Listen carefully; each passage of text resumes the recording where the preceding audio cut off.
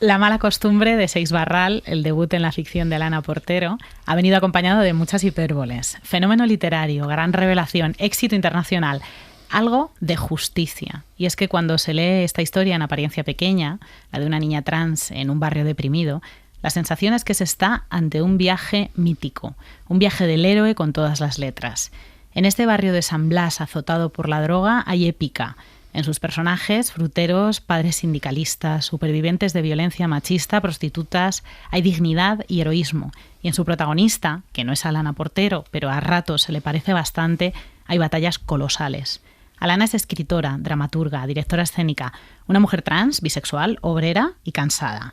Y aunque el libro es muy reciente, creo que ya se puede decir que es la autora de un clásico instantáneo. ¿Cómo estás, Alana? ¿Qué tal, Alana? Pues muy bien. Bueno, primero muchas gracias por invitarme, que bien veros otra vez. Estoy muy bien, muy contenta y bueno, y también muy sorprendida y un poco perpleja, la verdad. Normal. Bueno, a ver, yo no soy muy amiga del adjetivo estremecedor, soy bastante, lo economizo bastante, pero tu libro me ha estremecido realmente. Te lo están diciendo mucho esto. Me dicen cosas muy bonitas. Está siendo un viaje precioso y los encuentros con la gente que lo ha leído, la verdad es que están siendo muy bonitos y me hablan mucho de estremecimiento, de sanación, por ejemplo. Hay muchas personas que me dicen que les ha resultado un libro sanador, que no sé muy bien lo que significa, pero me encanta que me lo digan. Yo me estremecí mucho escribiéndolo, si te sirve, y bueno, y entiendo que eso se nota. Es un libro que está escrito, bueno, con mucho amor y poniendo todo lo que tenía, vaya. Es un libro que está escrito con el corazón, está escrito con las tripas también, ¿no? Sí, está, aunque es un libro muy reflexionado y está más reflexionado de lo que parece el texto, porque yo en medio de un huracán emocional no soy capaz de escribir, ¿no? Esto se lo dejo a los escritores malditos y ¿no? Esta gente que hace de su trabajo una épica que a mí me resulta, con perdón, un poco bochornosa. Yo necesito estar tranquila y con unas condiciones materiales y personales de calma para poder escribir, y creo que es la forma en la que los sentimientos se plasman mejor. Creo que en el momento, por lo menos para mí, yo no soy capaz de escribir en medio del huracán, ¿no? Necesito el tiempo y la distancia para contarlo con precisión. ¿Por qué se llama La mala costumbre? Porque es un libro que cuenta un montón de malas costumbres que tenemos hacia los demás y que practicamos hacia nosotras mismas. Pues mira, es la mala costumbre de no ver lo que se tiene delante, por ejemplo, ¿no? Incluso que la inercia nos lleve a no entender las señales que alguien nos está lanzando, o simplemente hacernos el prejuicio de interpretar lo que tenemos delante sin llegar a preguntar nunca o hablar jamás con la persona que tenemos delante y crearnos una historia de quién es esa persona. Luego, por otro lado, es la mala costumbre de no poder comunicarse y de no saber comunicarse, y la mala costumbre de sucumbir al miedo. Hay un montón de malas costumbres ahí y bueno, pues me pareció que lo resumía bien. La historia de esta novela es un poco cuento de hadas, pero es también una historia de justicia universal. Eres una mujer obrera, precaria, y tu primera novela es un fenómeno editorial para la que has firmado, creo que son 11 traducciones, que ha generado también entusiasmo en la Feria de Frankfurt. ¿Cómo estás viviendo este éxito tan repentino? ¿Por qué crees que la novela ha generado tantísima expectación? Mira, yo quiero creer que en un momento dado, por lo menos en lo editorial, ahora habrá que ver también qué es lo que le pasa al público, ¿no? Que al final el camino natural del libro son los lectores y las lectoras. Pero quiero entender que ha roto el libro de nicho LGTB. Creo que lo ha podido romper en cuanto a que creo que es una historia bastante universal. Tampoco hace falta ser una mujer trans para reconocerse en algunos momentos de esta... Es decir, yo estoy encantada con pertenecer al nicho y o sea, no tengo ningún problema con ello, pero creo que quizá sí que puede haber, porque me lo dice la gente, porque hay un reconocimiento, no sé, personal, hay historias que se parecen, en el fondo, no sé, toda esa cantidad de personajes, de vecinas, de no sé qué, ¿quién no tiene vecinas que se parecen a las que aparecen ahí, ¿no? O esas madres de mi generación se parecen un poco a la madre que está ahí descrita. Entiendo que, bueno, pues que han visto que es una historia que que todo el mundo puede hacer un poco suya. No sé, igual esto es un poco pedorro decirlo, pero bueno, pero en el fondo pues no es más que una vida, ¿no? Es contar la vida de una persona con unas características concretas. Y luego, ¿cómo lo estoy viviendo yo? Pues con mucha perplejidad. Yo entregué el libro un viernes y en 14 días había 6 traducciones firmadas.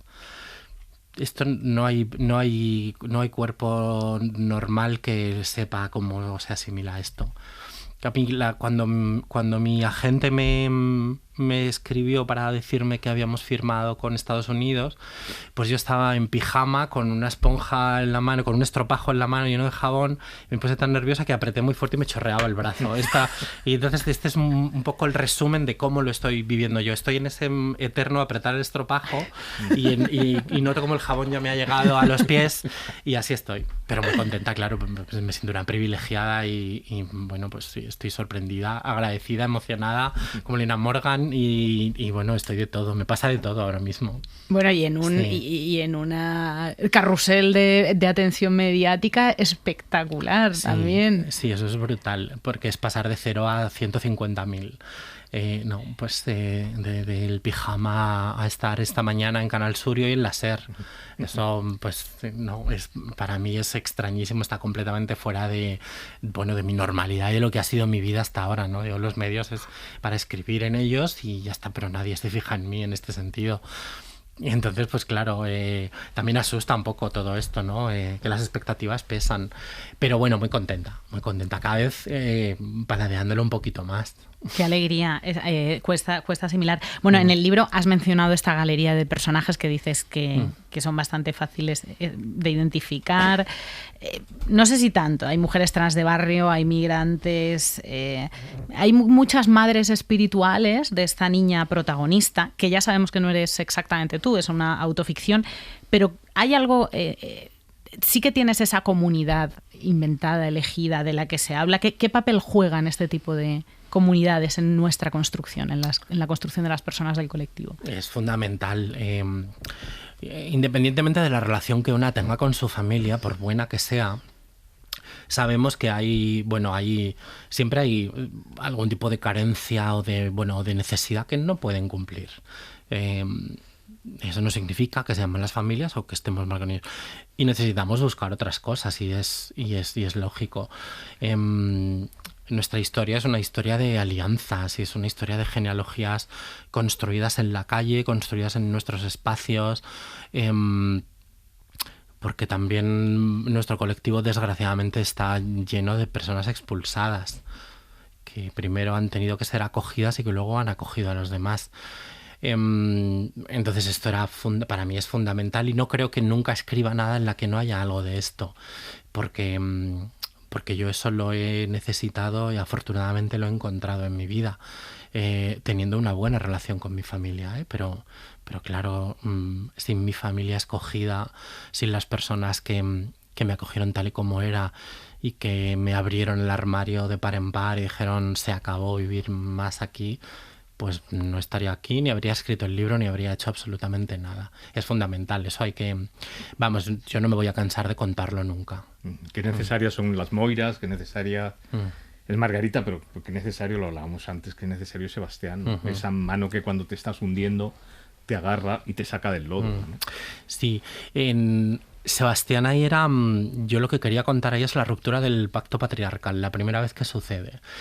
Que es un tipo que desde una masculinidad potente, desde una masculinidad clásica, si quieres hasta avasalladora, porque además es un tipo al que se describe en la novela musculoso, fuerte, velludo, de hecho lo comparo con Ajax, con el héroe griego, de repente utiliza eso para el bien. Pone el pie en el suelo y dices, se acabó, tú vas a comportarte bien, aunque lo tengamos que hacer entre hombres, te voy a obligar a que te portes de forma decente. Y eso forma parte un poco de la esperanza con la que yo he escrito la novela. Esa es mi esperanza en los hombres, es Sebastián. Es bueno decir, es utilizar todo eso para el bien, ¿no? Y bueno, pues ahí está ese personaje que a mí también me resultó... Además lo escribí un poco de una manera muy muy clara, no quise poner metáforas, es decir, es un señor que llega y hace lo correcto y se va, ¿no? Hay una familia real, una madre leona, un padre sindicalista, un hermano amigo, muy amigo, que a pesar de ser protectores y amorosos, no libran a la protagonista de sufrimiento. Creo que es interesante que plantees que no todo el apoyo se puede sacar de la familia, incluso si es una familia estructurada, ¿no? Es un poco lo que decías antes. Sí, esto está muy relacionado en este caso con lo obrero. La familia de la protagonista se describe como una familia que no para de trabajar nunca, ¿no? Están todo el tiempo haciendo cosas y están todo el tiempo trabajando. Y a mí me parece que esta es una conversación que a la gente de clase obrera se nos ha extraído. Cuando esto que se dice que nuestros padres les han faltado herramientas para comprendernos, es que se las han robado, no es su culpa, se las han extraído. Cuando tú estás 14 horas fuera de casa trabajando como una mula, no tienes más mundo que ese, es muy difícil entender las cosas o desarrollar las herramientas necesarias para, bueno, pues para de repente abordar que tu hijo o tu hija pues forma parte de una disidencia, la que sea. Y el cansancio, que eso pesa muchísimo. A mí me apetecía mucho contar el lenguaje de lo simbólico, cómo se comunica una familia que está loca por comunicarse pero no sabe hacerlo, pues a través de lo que pueden, ¿no? El amor les sobra, pero de lo demás carecen de todo. Pues mira, no puedo entenderte, no sé quién eres, no sé qué te pasa, pero toma la comida, nunca te va a faltar, es tu casa, es como siempre la presencia sanadora o protectora de 3 o 4 conceptos que son inamovibles para que la protagonista entienda que por lo menos siempre tiene un puerto al que llegar. Y que lo de la comprensión me parece que está muy sobrevalorado, ¿no? Al final creo que la familia biológica o los padres deberían esforzarse en comprender menos y simplemente en mostrar un apoyo completo. Decir, mira, no acabo de entenderte, pero aquí estoy, te quiero igual, ¿no? Ya nos entenderemos, pero tu casa es tu casa. Describes todos esos gestos domésticos que son preciosos de un padre que le da un bocado al montadito y se lo pasa a la protagonista. Es como, no podemos hablar, pero me quito lo que sea de la boca y te lo doy a ti. Un padre que actúa como muro de contención ante todos los males del mundo sin saber siquiera cuáles son esos males ni entenderlos bien. Ese Sebastián defiende a Margarita, que es un personaje capital en el libro. La primera presencia de una mujer trans con la que se enfrenta la protagonista, que tiene unas cirugías notables, ¿no? Unas cicatrices de las que hablas, las cirugías que han sido razón de bullying y de escarnio para las mujeres trans que han decidido hacérselas y que lo siguen siendo. Tú le das la vuelta a esto en el libro y reclamas una dignidad. Voy a leer unas líneas de La mala costumbre. Entendí que esas jorobitas de silicona mal puestas que le brotaban de la cara eran los restos que le había dejado la búsqueda de la belleza, que en su día la habría ansiado como la ansiaba yo, con la misma sed y la misma desesperación. Ser como ella no era una maldición, era un don. Llevar aquellas plegarias de tejido cicatral tan visible significaba haber aspirado a rozar lo sublime. Es precioso, esa es una de las partes que más me gustó. ¿Está también para hacer justicia este libro? Absolutamente, y secretamente estaba deseando que llegase este momento y esta pregunta. Y mira, en este país tenemos muchas deudas con nuestro colectivo, muchísimas que están apenas se ha rascado. Pero hay una fundamental, que es la historia de las mujeres trans de los últimos 50, 60 años, que creo que han sido las mujeres más maltratadas de nuestra historia, con diferencia. Son mujeres que se llevaron la peor parte de la ley de peligrosidad social. Estas mujeres fueron internadas en cárceles masculinas, en los 70 además, no en los 50, en los 70.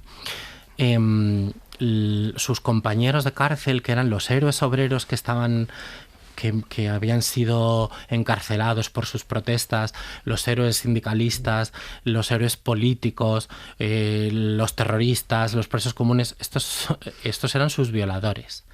Y luego salían a la calle y les aplaudían como héroes obreros y esas mujeres se quedaron dentro. Y cuando les amnistiaron a todos, esas mujeres no salieron a la calle, se quedaron en la cárcel hasta que cumplieron su condena. Cuando cumplieron su condena llegó el SIDA y las arrasó por completo y nadie les prestó ninguna atención.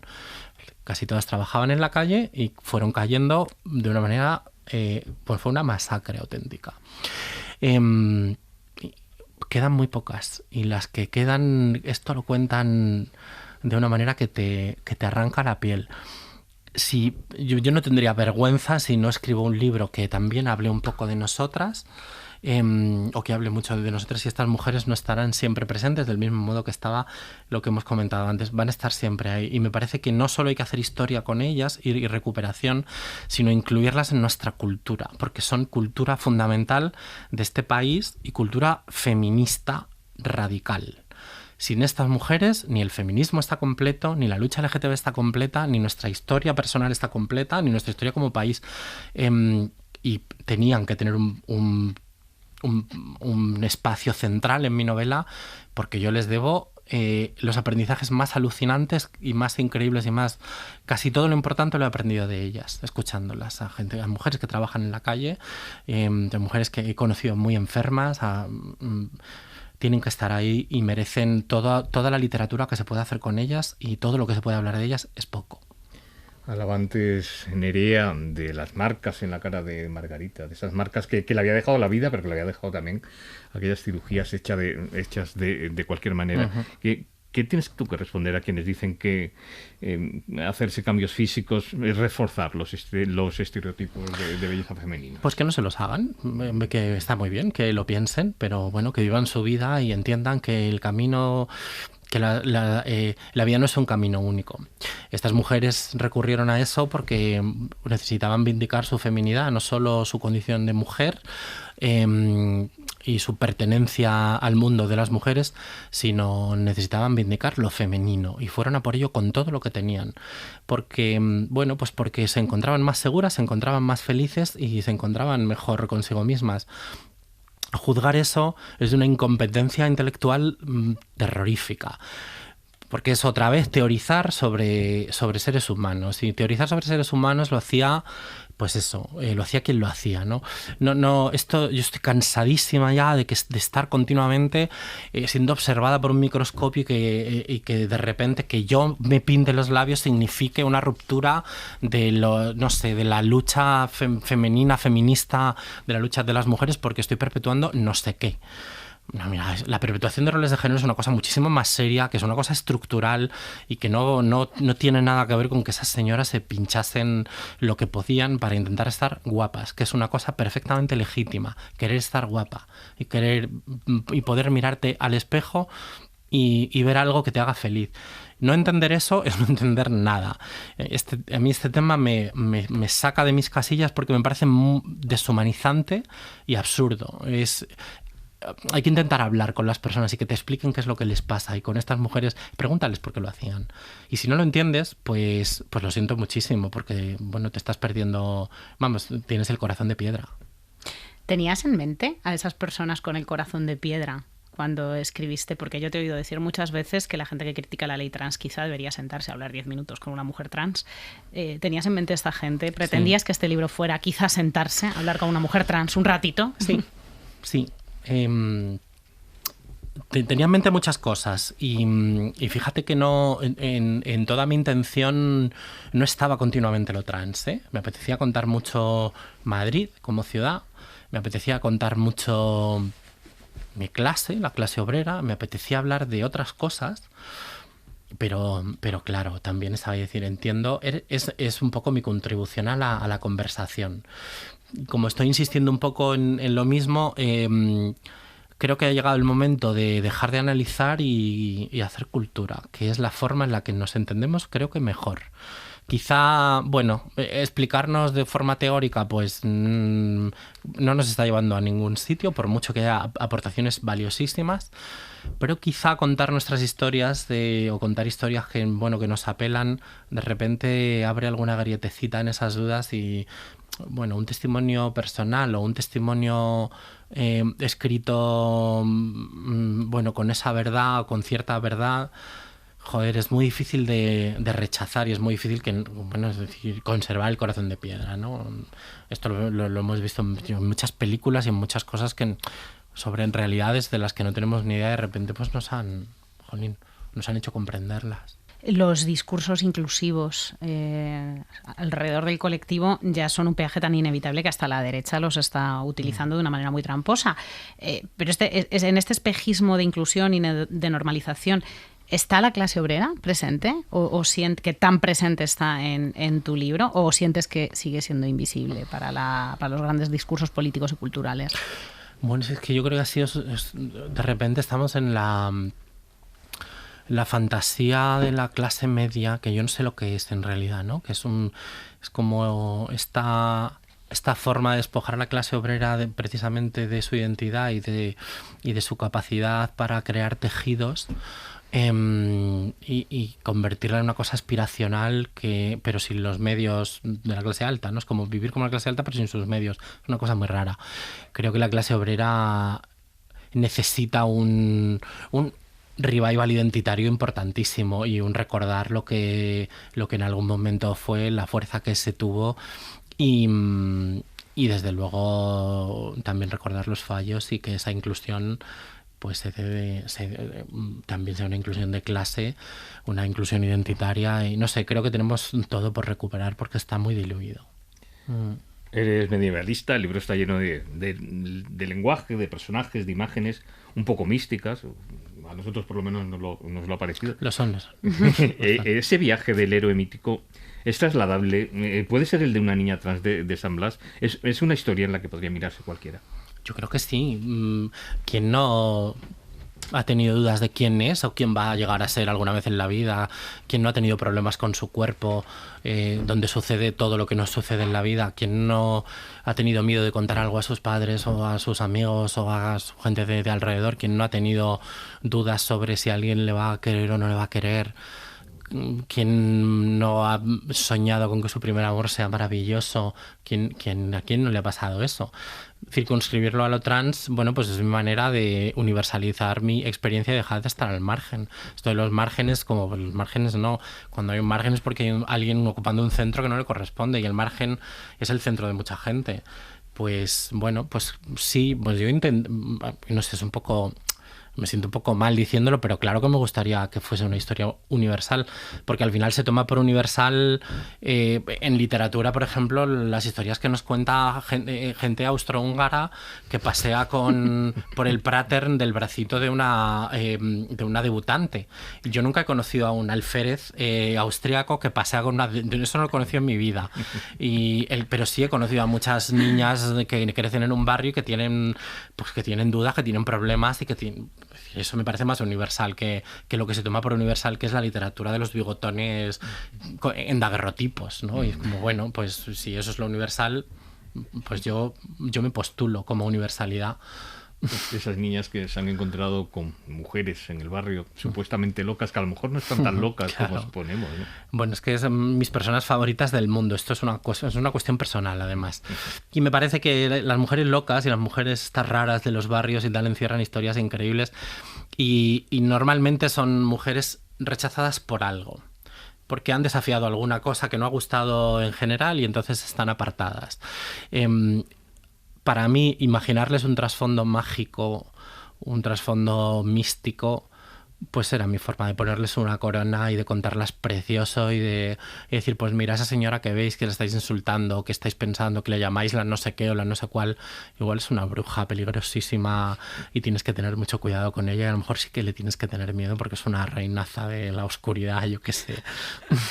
Dices mucho en el libro mujeres como nosotras, Sí. las mujeres como nosotras, y ya a medida que avanza el relato te das cuenta de que esas mujeres como nosotras es bastante amplio. O sea, Claro. esas mujeres como nosotras está... no estás hablando de mujeres como tú, estás hablando de... Es muy deliberado eso. Claro. Al final, si te das cuenta, se van añadiendo mujeres al libro, y entonces de repente lo que podría ser una historia trans resulta que es la historia de un montón de mujeres muy diferentes entre sí. E insisto, pues en las que, es decir, todo el mundo puede reconocer a alguien que conoce, que estará por ahí pululando en el libro. Ese Mujeres como nosotras es las mujeres. El último capítulo se llama Todas las mujeres. Hablas de un Madrid cercano a los 80, con barrios arrasados por la heroína, de un Chueca clandestino todavía, con un SIDA galopante en pleno pico, familias machacadas por el trabajo, es otro tema recurrente. ¿Es tan distinto al Madrid de ahora? ¿Cómo ves esos dos Madrides? Sí, ha cambiado muchísimo. Lo que no te sabría decir es en qué dirección, si es bueno o es malo. Madrid está, no literalmente en las calles, pero está más higienizado. Tiene una imagen más higiénica. Evidentemente nadie puede tener nostalgia del Madrid de la heroína. Es absurdo, además a mí la nostalgia me da igual, no la tengo ni la voy a tener nunca. Ni del Madrid de los Bajos de Argüelles. Exacto, ¿no? Esa seguro que tampoco, ¿no? Es decir, la nostalgia al final siempre es un tío de 50 años que echa de menos el bollicao, eso es la nostalgia, ¿no? Y a partir de ahí se parapeta un montón de política asquerosa. Ha cambiado muchísimo, claro, lo que no sé es en qué dirección, evidentemente. La cosa en los barrios obreros en este sentido ha mejorado, claro. Creo que, bueno, es decir, no hay esas masacres permitidas que la droga nos trajo. Creo que se ha perdido tejido vecinal, mucho. Hay gente que lo está intentando recuperar, eso también, pero se ha perdido mucho tejido vecinal. Las asociaciones de vecinos y el movimiento vecinal era potentísimo. Por eso llegó la droga, porque los barrios se levantaban de una manera que era muy difícil de contener. Y luego, pues ese Madrid clandestino, central, pues el Chueca de aquella época, pues es que es muy difícil decir si ha ido a mejor o a peor. Pues evidentemente ha ido a mejor en cuanto a que no hay que esconderse.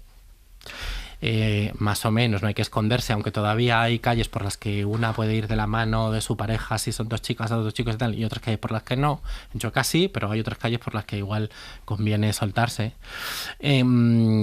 Bueno, sí, está mejor. Lo que pasa es que Madrid se ha convertido en un franquiciado y a mí Chueca pues me parece también como parte de ese franquiciado que ya no me dice nada. Creo que ha perdido mucho espíritu. Creo que la clandestinidad, esto es un poco incorrecto, pero creo que la clandestinidad le dotaba de cierto espíritu, no sé, de algo de romanticismo que se ha perdido, pero se ha perdido para mal. Es decir, no, porque si hubiera sido simplemente porque ahora puedes vivir tu vida como quieras y todo el mundo puede estar aquí feliz y tal, no, pero es que ahora solo puede estar gente con dinero, ¿no? Y eso, bueno, y que faltaban muchas mujeres en esa época, eso también. Estás metida en esta ebullición de esta promoción que tú misma estás reconociendo que es muy intensa. Eso conlleva que vas de un medio a otro, en medios que somos muy distintos unos de otros y tal, y en el que se plantean todo tipo de discursos. ¿Hay algún discurso que te esté molestando? Porque es verdad que en el libro te metes en terrenos muy difíciles en muchas ocasiones. Pues sorprendentemente no me han hecho preguntas muy complicadas. Irritantes, quizá. Bueno, si acaso intentar arrimar el ascua del libro a ciertas sardinas políticas, y el libro no deja de ser una novela. Es decir, yo hago política en mis columnas y en mi vida. Mi existencia es una existencia muy política. Mi literatura es obvio y está impregnada de lo que yo soy, pero no deja de ser un libro, una novela, y una novela que está intentada escribir primero con la intención de que sea bonita, así de sencillo. No voy a utilizar otras palabras. Una novela bonita, que la leas y digas qué bonita. Entonces sí que a lo mejor hay un intento de arrimar el ascua y de darle, bueno, vueltas que yo no he querido darle a la novela, pero no ha habido nada realmente que yo me haya llegado a enfadar o haya dicho eso no te lo contesto o tal. No, está habiendo muchísimo respeto, que a mí me sorprende un montón, ¿no? Porque esperaba en algún momento, sobre todo con el discurso de lo trans y eso, en estos últimos, iba a decir meses, estos últimos años, pues esperaba alguna pregunta un poco regular, ¿no? Y no, la verdad es que no me he encontrado con eso. Te hemos oído decir que la adolescencia es como si estuvieras cambiando dentro de una crisálida, pero sin crisálida, ¿no? Que estás cambiando en una especie de escaparate. Hay una presencia muy grande del cuerpo en el libro, del cuerpo, de la percepción que tiene una misma del cuerpo, de la percepción que tienen los demás, del disfrute del cuerpo en lo prohibido, en esos cuartos oscuros. Acaba de publicar Seix Barral La educación física de Rosario Villajos, en la que también hay una gran presencia del cuerpo. La sientes un poco como compañera, como novela compañera. Total, y además hemos desarrollado una buena relación personal y me parece una tía fantástica y su novela es maravillosa. Y sí que creo que son novelas que dialogan. Creo que son novelas muy diferentes, pero creo que hay un diálogo, porque todo sucede en el cuerpo. Y porque hay mucho placer, mucho dolor y mucho miedo en las tres, y mucho pensar con la carne, y me parece que hay algo que creo que puede ser reconocible de la una en la otra. Además ha sido la penúltima novela que he leído y lo pensé cuando cuando terminé dije, creo que son novelas, no sé si son novelas hermanas, pero son novelas primas. Creo que sí que hay algo que compartimos y bueno, hablar desde el cuerpo también era una cosa que a mí me apetecía mucho hacer, que se tiende también, no sé, en esta cosa literaria del divagar. Mira que hay mundo interior en la novela, que hay mucho pozo de pensamiento, pero narrar desde el cuerpo es, bueno, para empezar es muy literario. Y creo que los dolores, lo que se entiende por abultamientos, por placer, eso cuando se lee es muy sensorial. Casi te puedes imaginar un poco tu propio cuerpo en esas circunstancias. Hay personajes muy, muy, muy atrayentes en esta novela, personajes que a lo mejor se quedan en las 2 o 3 páginas que ocupan, pero que yo creo que a todos los que la hemos leído nos queda la idea de, quiero saber más de María, quiero saber más de Margarita, quiero saber más de Antonio. ¿Habrá quizás una novela sobre alguno de ellos? Pues bueno, no es imposible esto, porque tienes razón, me lo has dicho antes de entrar al estudio y sí que apetecería contar la historia de esas personas. Yo intenté imaginarlas primero como, en realidad como toda la novela tiene ese punto de viaje del héroe casi a la griega, ¿no? Todas esas personas son oráculos que la heroína, ¿no?, se va presentando ante ellos, le revelan algo y sigue adelante, ¿no?, hasta que vuelve a Ítaca, ¿no?, en el fondo, y sustituye al oráculo inicial. Está pensada así la novela. Pero es verdad que escribiéndolos, de repente, haciéndoles un poco el trasfondo, ¿no?, como en el teatro, diciendo, bueno, como si yo las tuviera que interpretar, ¿no?, que eso sí lo... Sí, de dónde viene, quién es, cuáles son sus motivaciones, qué le pasa. Pues hombre, hay algún personaje que es verdad que yo creo que igual habría que dar la oportunidad a una novela. Ahora mismo eso no está en mi cabeza, pero cuando me lo has dicho he pensado que sí que es muy bonito y bueno, ¿por qué no? Incluso la propia protagonista, que dan muchísimas ganas de saber, porque la dejamos en un punto en el que la transición que se lleva fraguando todo el libro ya está decidida y está cristalizada, ¿no? Sí, yo quería darle un final un poco de musical de repente. Es como después de todo eso, la última escena del libro te la puedes imaginar un poco como un musical, ¿no? Esa salida a la calle. Pero sí, eso sí que había algún esbozo de qué pasa después. Lo que pasa que es que el final me parecía que ya había cerrado el círculo, lo ha escrito con la idea de lo circular muy presente en la cabeza y de repente dije, si continúa esto, ya se rompe el círculo, ¿no? Ha pasado lo que tenía que pasar. Empieza con una persona que muere, termina con una persona que muere, el primer muerto es el primer amor, este segundo es el amor propio, no sé, alcanza una explosión personal, vamos a dejarlo aquí, vamos a poner fin pero sí que eso sí ha llegado a existir, o hay alguna nota tomada del después. Alana, pues a ver si se convierte en una segunda parte, la verdad. ¿A ti te apetecería leerla? Muchísimo, sí. Hazla, aunque sea... Yo se lo decía antes fuera antena, lo comentaba ya, que yo veo una novela en cada uno de esos personajes. Totalmente, sí, da muchas ganas. Pues como me encantáis, sois listísimas y confío mucho en vosotros, te prometo que lo tendré en cuenta. Queda con muchas ganas. ¿Qué es lo más bonito que te han dicho hasta ahora de La mala costumbre? Pues mira, un amigo mío maravilloso, al que quiero mucho, que no sé, no digo su nombre por pudor, pero pues mira, me dijo que le proporcionó una conversación con su madre muy especial, wow, muy sanadora, con una madre con la que se lleva muy bien y que es estupenda, es una tía fabulosa. Pero él después de leer la novela se la pasó a su madre y su madre entendió algunas cosas en la novela que quizá, pues no sé si no había entendido de la relación con su hijo, no lo sé, y tuvieron una conversación, bueno, que parece ser que fue muy bonita entre los dos. Y esto pues me llegó mucho al corazón, me pareció algo precioso. Bueno, puedes estar contentísima, muchas Alana, gracias. desde aquí es de lo normal. No te puedes imaginar hasta qué punto celebramos el éxito de La mala costumbre. Gracias. Te auguramos muchísimo más. Muchísimas gracias por haber estado con nosotros. Gracias hoy. A vosotros, que esto es estar en casa, estar aquí. Celebramos casi tanto el éxito como hemos celebrado la novela. Bueno, hemos vuelto. Ya te digo que yo soy fría como un témpano. Maravilla, y esto Nerea. Iba en el metro un poco con los ojitos que me tuve que poner las gafas de sol. Maravilla, Solo creo que queda decir que hay que leerla. Totalmente. Esta novela hay que leerla. Pues muchas gracias.